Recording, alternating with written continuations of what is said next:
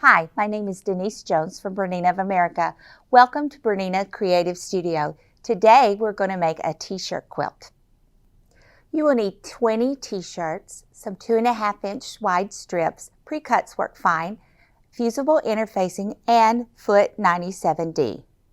First, we will need to prepare the t-shirts by cutting the front off of the t-shirts. I just laid a 14-inch square ruler on top and cut around it with a rotary cutter. Now we're going to fuse our interfacing to the back of each of the t-shirt squares. We're going to face our t-shirt square face down, and we're going to put the bumpy side of the interfacing on the back side. Then we're going to spread out a damp pressing cloth. Just follow the manufacturer's instructions for your fusible interfacing.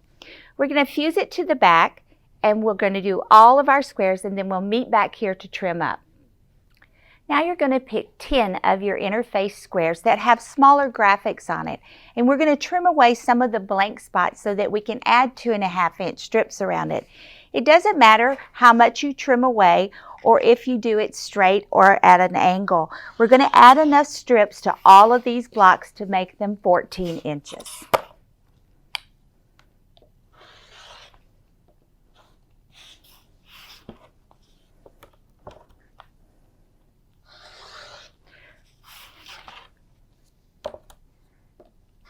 You go ahead and trim, and we'll meet back in a few minutes to add strips to make a 14-inch square. We're going to start adding our 2.5-inch strips around the blocks that you cut smaller. We're just going to take the strip and pin it right to one side. You can start on any side that you want. The more different sides you start on, the wackier the quilt will look. So we're going to put some pins in.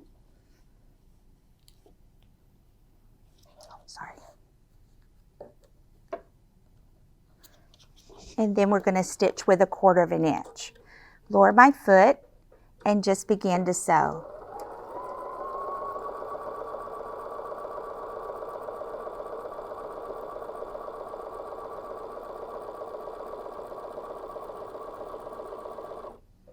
I'm going to cut my thread, remove my pins, and fold over that strip that I just added.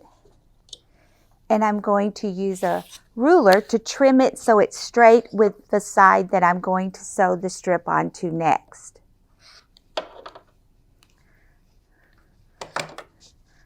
I'm going to take that same strip, lay it on. If you want more variety, you can add different strips to all the sides, or you can use the strip more than once.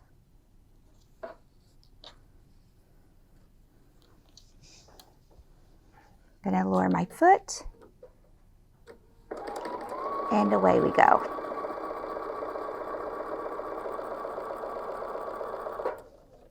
Cut my thread and get ready to put my next strip on. I'm going to finger press that out. Use my ruler and my rotary cutter to cut the strip. I'm going to put a different color a different pattern of strip on now.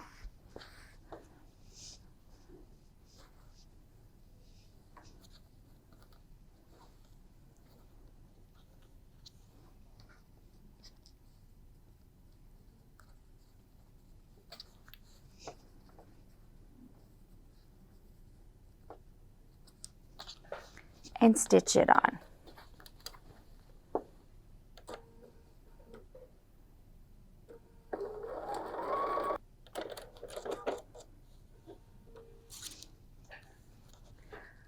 So with the 10 blocks that we are adding strips to, they will kind of make a sashing without having to sash all of our blocks.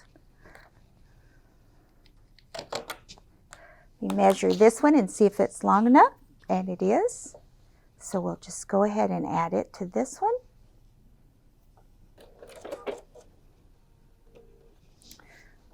So this is the 4th strip, and I'm really sure that with just a strip on each side, it's still not going to measure a full 14 inches. So I'm just going to add one more strip to the bottom so that we can get a full 14 inches.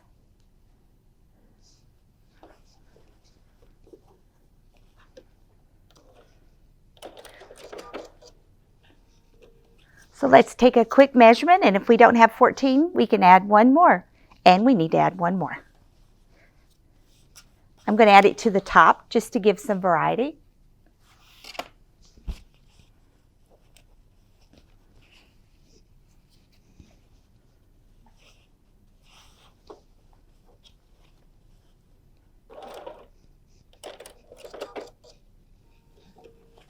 So join me back in just a few minutes and we'll trim up all these blocks. So when you're all finished adding the strips to your blocks that have the smaller graphics on it, we're going to trim them up just by laying the 14-inch ruler on top of them and trimming them all to size.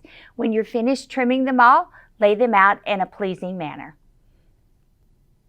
Now we're ready to put our blocks together. You're going to put a block that has fabric on the one side and the plain 14-inch block next to each other.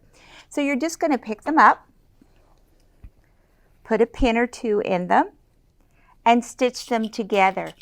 We're using the 97D foot, which is a dual feed foot, and what that does is it helps both pieces of fabric go through the machine at the same time, and they're going evenly so that when you get to the end of your seam, they both are the same length.